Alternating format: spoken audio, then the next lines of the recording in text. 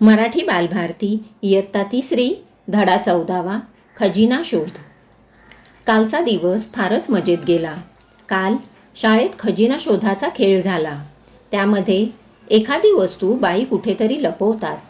ती वस्तू कुठे लपवली आहे याची माहिती वेगवेगळ्या चिठ्ठ्यांमध्ये लिहून त्या चिठ्ठ्या कुठे कुठे लपवून ठेवतात. मग आपण एक एक चिठ्ठी हुडकत जायचे आणि खजिना शोधायचा. काल वर्गात आल्या आल्या बाई म्हणाल्या, 6 जणांचे 2 गट आणि 7 जणांचे 2 गट करा. मग त्यांनी खजिना शोधाचे नियम समजावून सांगितले. काळूमाच्या आंब्यापासून ओढ्यापासच्या वावरापर्यंत सगळ्या परिसरात कुठेतरी खजिना ठेवला होता. बाईंनी सगळ्या संघांना एक एक चिठ्ठी दिली. पहिली चिठ्ठी सगळ्या संघांना सारखी होती. रोज सकाळी आपण जातो त्या जागेजवळची झुडपं म्हणजे कुठे आम्ही विचार करू लागलो.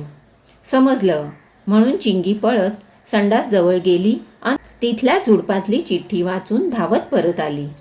वाचलेली चिठ्ठी परत तिथंच ठेवायची हा खेळाचा एक नियम होता. आमचा संघ शाळेच्या गेट बाहेर आल्याबरोबर बोरवाली आजी मला म्हणाली, अगं शाळा सोडून कुठं चाललंय टोळकं?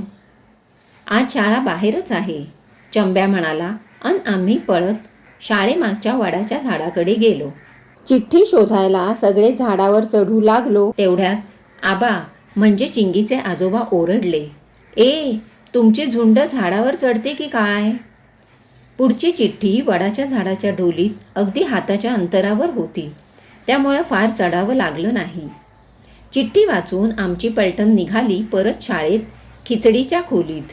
तांदळाच्या पोत्यामागची चिठ्ठी आम्ही वाचत होतो तेव्हा एक संघ संडास जवळच्या झुडपांकडे चालला होता. म्हणजे त्यांना इतक्या उशिरा कळलं. चिठ्ठी वाचून आम्ही वरांड्यातून निघालो तर समोर केंद्रप्रमुख दिसले. बालचमू खुशीत दिसतोय, ते बाईंना म्हणाले. गेटमधून बाहेर जातोय तर सरपंचताई समोर. केंद्रप्रमुखांना भेटायला आल्या असाव्या. कुठं चाललीये टोळी? त्यांनी विचारलं. आज 2 तास खजिना शोध आहे, असं ओरडत आम्ही काळूमाच्या आंब्याकडे निघालो. तेवढ्यात ओढ्यापासच्या वावरातून आवाज आला, खजिना सापडला. आणि खाऊचा डबा घेऊन येणारा घोळका दिसला. आम्ही पण धावत शाळेकडे आलो, कारण खजिना कुणालाही सापडला तरी खाऊ सगळ्यांना मिळणार होता.